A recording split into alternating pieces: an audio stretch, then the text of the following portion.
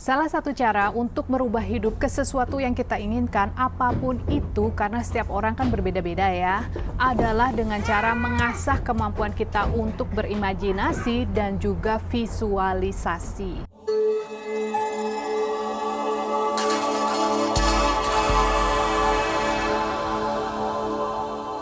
Halo semuanya, namaku Desi dan selamat datang di kupu-kupu.com Lifestyle dan Entertainment, di mana biasanya aku akan ngomongin tentang health, wealth, and stealth. Sebelum aku jelasin bagaimana caranya visualisasi, teman-teman sudah tahu belum apa bedanya visualisasi sama berimajinasi? Imajinasi adalah ketika kita memandang hidup kita atau kehidupan yang kita inginkan sebagai orang ketiga. Sedangkan visualisasi adalah cara kita memandang sesuatu sebagai orang yang melakukannya. Kemudian imajinasi itu menggunakan 5 panca indera kita, sedangkan visualisasi itu hanya menggunakan mata saja atau sight, melihat gitu ya.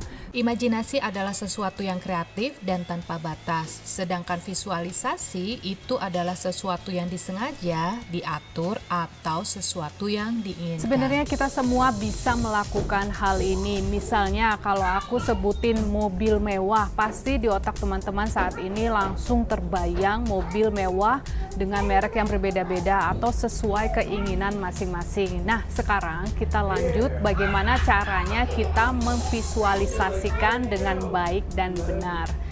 Oke, pertama-tama tarik nafas dalam-dalam ke dalam perut kita, bukan ke dada ya, karena kalau ke dada yang ada kita akan memproduksi hormon kortisol. Hormon ini akan membuat kita merasa anxiety atau was-was. Padahal tujuan kita itu adalah untuk masuk ke alpha brainwave. Jadi bukan ke beta ya, bukan lari ke lebih cepat lagi. Kemudian ketika teman-teman tutup matanya, kita akan melihat ada seseorang, sales mobil misalnya, yang akan kasih kunci mobil yang kita idam-idamkan ke tangan kita. Lalu kita unlock mobilnya dan kita akan mendengar suara mobil wip-wip. Seperti itu. Kemudian masukkan kunci mobil itu ke dalam mobil baru kita.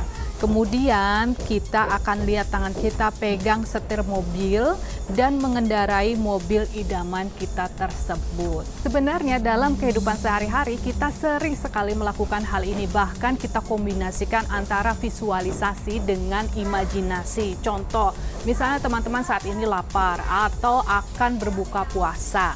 Nah, otomatis di otak teman-teman itu sudah ada visualisasi atau gambaran makanan apa yang diinginkan dan itu berganti-ganti. Kemudian setelah teman-teman menetapkan apa makanan yang akan dimakan atau diinginkan, kita mulai berimajinasi, kita mulai menggunakan panca indera kita untuk membayangkan makanan yang kita inginkan, dari warnanya, baunya, rasanya, panas atau dinginnya, teksturnya, dan lain-lain.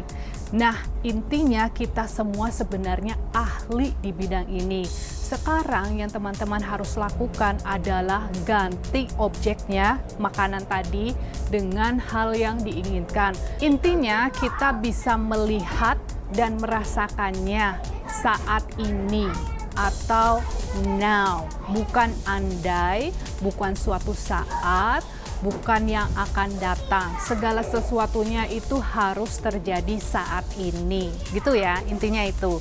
Karena kalau kita bilangnya suatu saat nanti aku akan sembuh, suatu saat nanti aku akan kaya, suatu saat nanti aku akan makan, itu kan artinya kita belum memiliki atau kita nggak punya.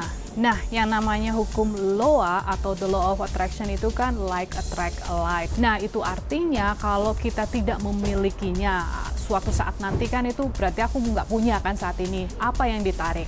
Yang ditarik adalah segala sesuatu yang kekurangan, segala sesuatu yang tidak punya. Buat teman-teman yang pengen tahu bagaimana sih caranya berimajinasi yang baik dan benar, bisa klik di sana, lakukan hal ini sebelum tidur, atau caraku menjadi miliuner sambil tidur di channelku yang lain. See you there. Bye for now.